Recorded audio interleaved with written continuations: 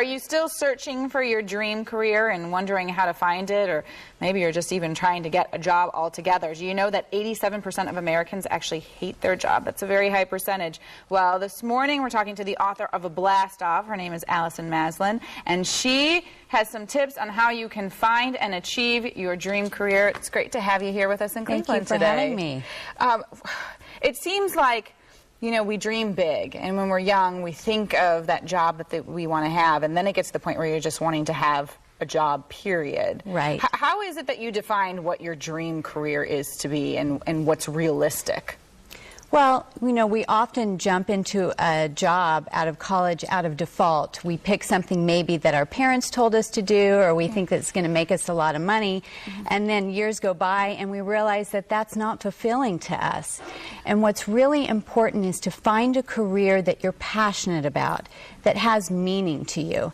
And in my book, Blast Off, I really help people break through that obstacle of figuring out what that could be, because that's one of the hardest things to do, is to figure out what is it that I would love to do. And so I have a process in the book called the Dream Career Questionnaire. It's just one portion of it, and it really brings out, you know, what are your hobbies? What do you love doing? What did you love doing as a kid? What are movies that you like to go to? Things that really draw out your personality, and then we help you match a career to that. So it's not just something that you're good at or that makes money, but that you'll love, so that you'll put the energy and effort into it so it will succeed. How many people hold themselves back from switching careers or going after that dream career because of fear? Oh my gosh, that's probably the biggest thing that holds people back. And you know, everybody has fear, but those that reach their dreams are willing to face their fear and walk through it. And a lot of people that come to me for coaching, and really why I wrote the book, is to help people to break through that fear, find their purpose, live it, and make a good living at it too. For instance, I had a woman who worked for an HR company in corporate, and she really wanted a business where she'd have more freedom so she could spend more time with her child. And so what her passion was fitness, and she also loved working with kids. So I helped her create a company called Life Fitness for Me, and she does fitness training for prenatal women and for children. So now she's living her passion, and she loves it. You know, there may be a lot of people who are watching who have ideas, and they think, I'd love to start this kind of a company, or I have a passion in this field and I'd like to be able to do something with it. They have a job right now where it's steady income, and they may be afraid to lose that. What's your advice to somebody who has a job currently, they're making some money and they feel comfortable getting that paycheck, but really they're not happy and they have an idea of doing something else? Exactly. What are the I first tell steps? people, first of all, don't jump off a bridge. Let's create a new bridge to a new path to something that you'll love. You know, definitely go for it. Don't let that fear of security hold you back. But what I help people do is to build something on the side while they stay in their job. And as it starts to grow, take their job to part-time.